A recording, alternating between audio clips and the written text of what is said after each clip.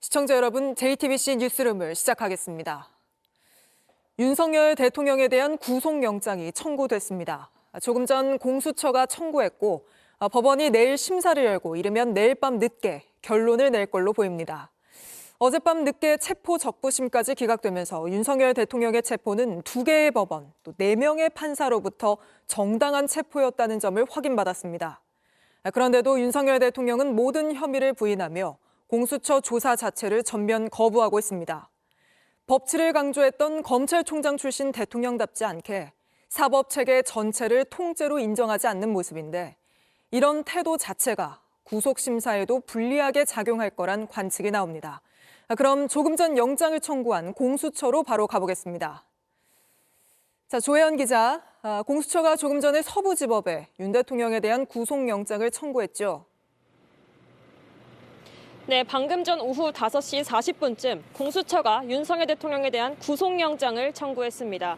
윤 대통령의 체포시한이 다가오면서 오늘 영장이 언제 청구될지가 종일 관심이었습니다. 취재진도 이곳 공수처 주차장에서 오가는 차량들을 살펴보면서 계속 상황을 살폈습니다.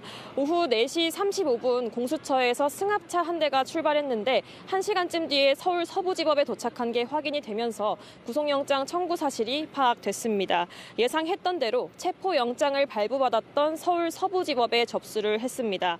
어제 체포적부심이 중앙지법에서 기각되면서 윤 대통령 측에서 제기해온 관할 논란이 일단락된 만큼 서부지법에 청구한 것으로 보입니다. 네, 구속영장에는 어떤 내용이 담겼습니까? 네, 일단 혐의는 체포영장과 수색영장에 적시됐던 내란 우두머리 혐의에 더해서 직권남용 혐의도 추가가 됐습니다. 구속영장의 분량은 150페이지 정도에 달하는 것으로 확인이 됐습니다. 또 공수처는 검찰로부터 군사령관의 진술조서 등 1,500페이지에 달하는 수사 자료를 넘겨받았다면서 이 내용도 영장에 반영했다고 밝혔습니다. 윤 대통령은 오늘도 이 공수처 조사에 응하지 않았는데 공수처가 이 부분을 문제 삼으며 그렇기 때문에 구속 수사가 필요하다, 이렇게 주장하지 않겠습니까?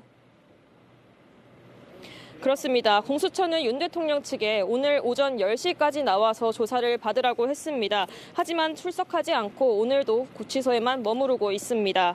윤 대통령 측은 이미 공수처에 충분히 이야기를 했고 또 일문일답식 신문에는 답할 수 없다면서 출석에 불응한 이유를 밝혔는데요.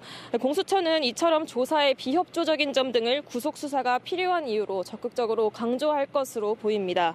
윤 대통령이 조사에 일절 협조하지 않았지만 공수처 관계자는 1차 조사 때 200여 페이지에 달하는 질문 대부분을 소화했기 때문에 영장 준비에는 큰 문제가 없었다고 밝혔습니다. 이런 가운데 이상민 전 행정안전부 장관이 소방당국에 JTBC 등 언론사의 단전 단수에 협조하라 이런 지시를 내린 것과 관련해서 공수처는 오늘 소방청 차장을 불러 조사했습니다. 지금까지 공수처에서 JTBC 조혜연입니다. JTBC 뉴스를 시청해 주셔서 고맙습니다. 저희는 저녁 6시 30분 뉴스룸에서 뵙겠습니다.